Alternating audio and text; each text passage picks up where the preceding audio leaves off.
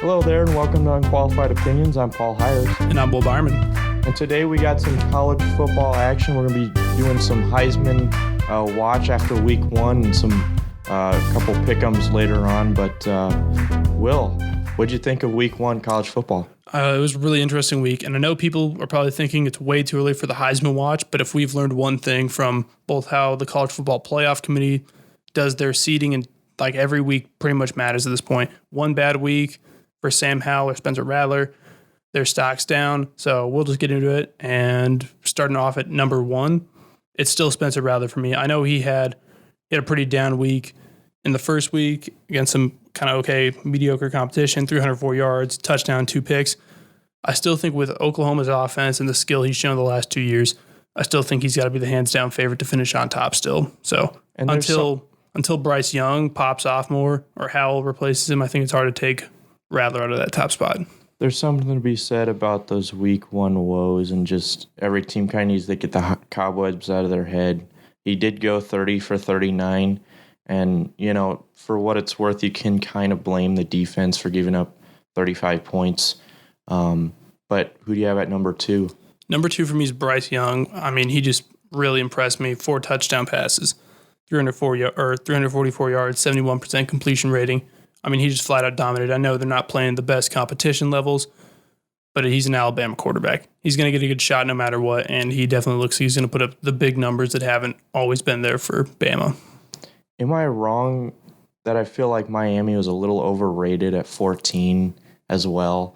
Like, obviously they did get blown out, but I feel like it shouldn't have been a fully ranked matchup just based on what Miami did last year and what they had coming in.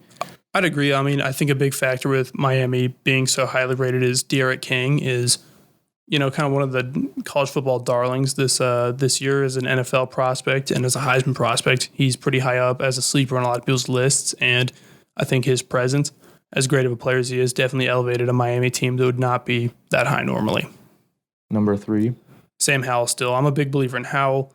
I think he's going to have pretty high pro stock at the end of the season. I know North Carolina's kind of a shaky team. Don't know if we're going to expect them to deliver on their high expectations. They already picked up a loss there, but I mean, completion rating first game was 53%, but I mean, last season, 68%, 208 yards, touchdown, 3 picks.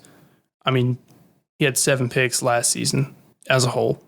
So he's already almost halfway there, but I don't think he's going to keep throwing picks. I think Sam Howell is going to go back to his normal production level. Last season, 3,500 yards, 30 touchdowns. I think that's well within the ballpark for him again this season. 17 for 32 against the Hokies. And once again, week one, it's kind of hard to tell where every team is at. We'll see if this Virginia Tech defense turns out to be good or not. And we'll see if Mac Brown can turn this season. It's not that big of a deal, one loss. But like you said, that can snowball.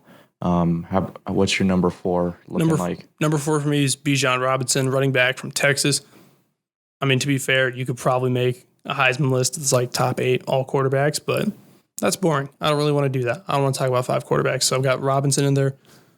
I mean, last season, not a whole lot of production there, kind of younger player there, or 700 yards, 4 touchdowns, kind of in a committee role.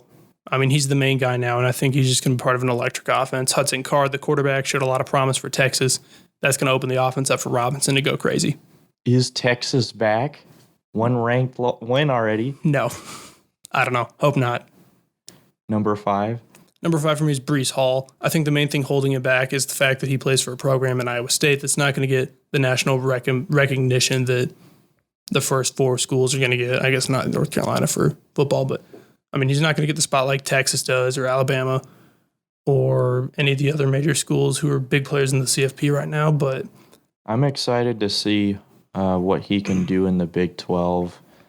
They got a big game coming up against Iowa. We'll touch on that a little bit later in the video. It's going to be a fun one. Just to see Iowa's defense, who only gave up 6 points to Indiana, going up against Iowa State, who's really turned up the offense the last couple seasons.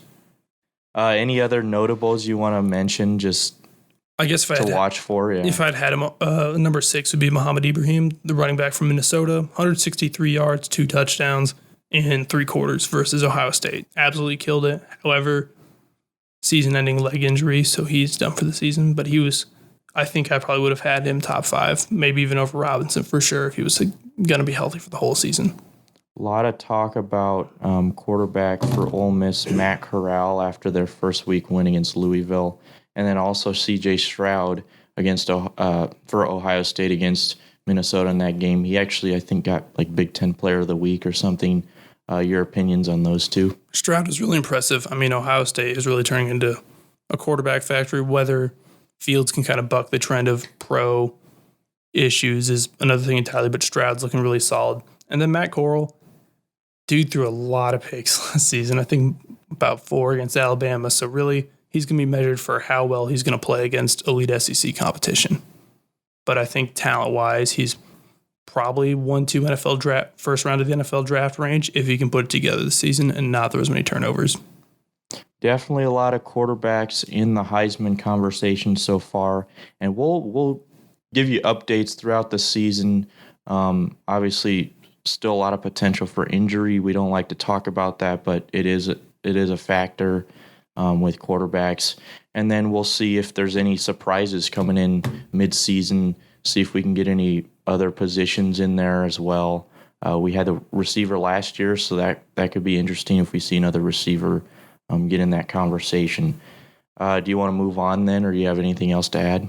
I like to usually kind of get a defensive player in there. It's very unlikely to happen, but if I had to pick one, Kayvon Thibodeau from Oregon's an absolutely fantastic edge rusher, and I expect him to be top 3 in the draft. And I think if a defender's going to push their way into the Heisman watch, it's going to be Thibodeau. Big test for him against Ohio State this week, which brings us to our mini pick'em segment. We won't go full-fledged this time. But Oregon, Ohio State, Columbus, Ohio, this Saturday, 11 a.m. on Fox. I think it's the big noon kickoff game as well.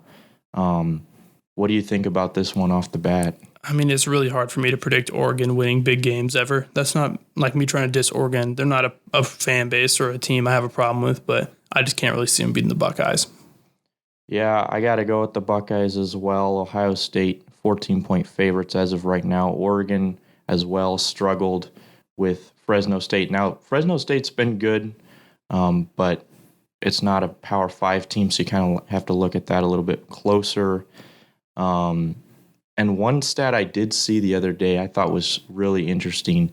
Ohio State's record against Oregon is better than any other team they played, 9-0 in the history between those two teams.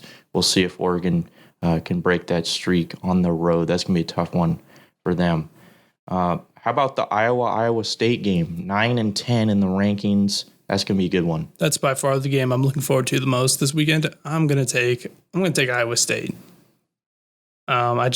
I think with Purdy and Breece Hall there, Charlie Kohler, they have 3 of the best offense pieces in the entire country, and I don't much care to cheer for Iowa, Paul, so Iowa State. Yeah, I think if I wasn't so biased against Iowa, I probably have them, but I can't bear to take them. I feel like I should know this stat, but I feel like Iowa's won this game 5 years in a row now, something like that. I hope that doesn't happen again.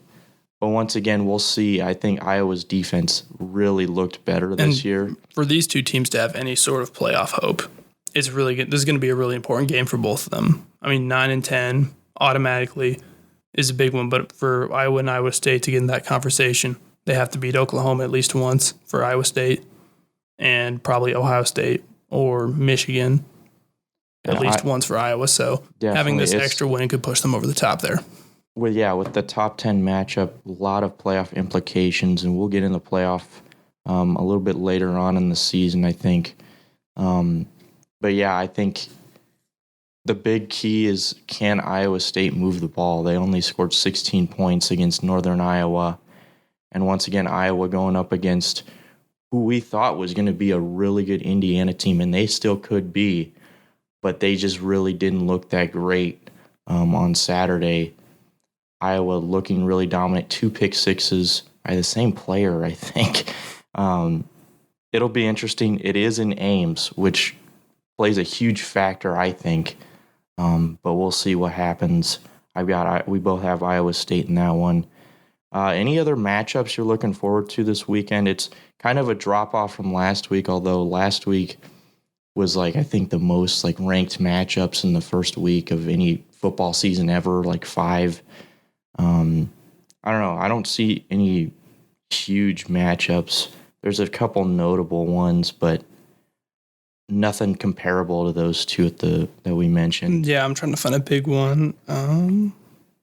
Yeah, really not a whole lot. Utah BYU could be interesting. That'll be a fun game. I know those fan bases like to go at each other, so that's some regional conflict there. That'll be interesting, but maybe Texas Arkansas. I don't see Arkansas doing too much in that one.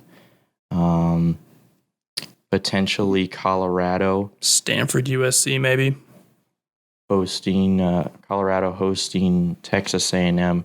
What do you think about Texas A&M so far? They're ranked number 5. King has been pretty good for them at quarterback. I was going to say, we've been waiting for a long time for Jimbo Fisher to come in and take Texas A&M to kind of a higher level of national relevance. And if Haynes King he had some bumps on the way in that big win they had, but if he can kind of up his game, I think they're certainly in the playoff competition with the SEC for the first time in a while. Definitely a lot to talk about. We just want to make this video kind of touch base on college football, really get a little bit of analysis, talk some Heisman watch. But yeah, I mean, definitely if you have any extra ideas or videos you want us to make, drop them down in the comments. We'll take a look at those and see if we can make it happen. I definitely want to get into a lot of playoff talk this season, and we'll see where that goes. But other than that, if you don't have anything else, that's Will Beiermann. I'm Paul Heires. Make sure you like, subscribe, comment down in the comments. All that stuff. Leave your own unqualified opinions in the comments section down below. And we'll see you next week. I think we'll have some NFL talk, a lot more NFL coverage coming out soon. You guys have a good one.